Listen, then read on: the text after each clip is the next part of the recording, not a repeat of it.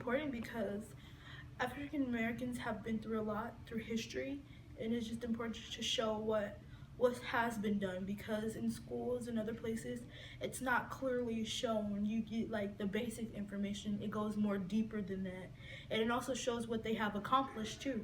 Knowing your history is important to knowing your future. And so Black History Month is important to me because it gives me the space to reflect on my history and the history of my people, and how that history has led to the present and how the present will lead to the future.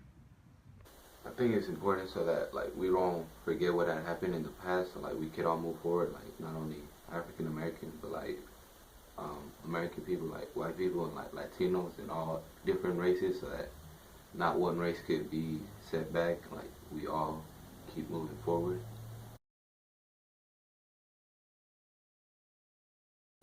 I think my racial and cultural identity is important to me because for me, I think it's important to know like where you come from, no matter like where you end up in life. If you're successful or if you end up like in a higher position, it's always nice to remember like your roots and where you come from. It's important to me because it's been many years ago.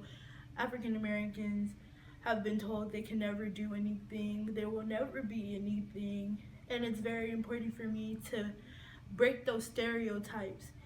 And I love being African American because it shows what I can do and how I can see the world in different views than others can see, because they don't understand how it is to be an African American, because it's not really that easy, because people don't really take you as that much seriously as being a person of color.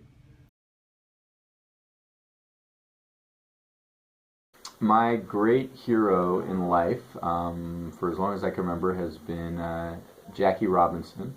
And I know that's not really an original hero, but he's my hero because what he did to integrate what at the time was considered the biggest sport in the country, and a lot of people looked to baseball as a reflection of America.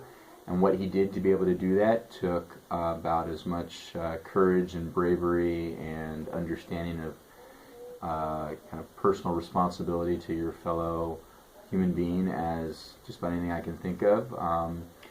And I actually like to think of Jackie Robinson as somebody who did some really important work before Martin Luther King came onto the scene to kind of get the country ready for the things that Martin Luther King advocated for.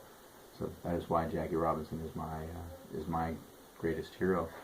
The Black figure that I admire the most would be Rosa Parks, because I believe that she was kind of like the woman in the whole like activist kind of movement that actually stood out and actually stood up for what was right.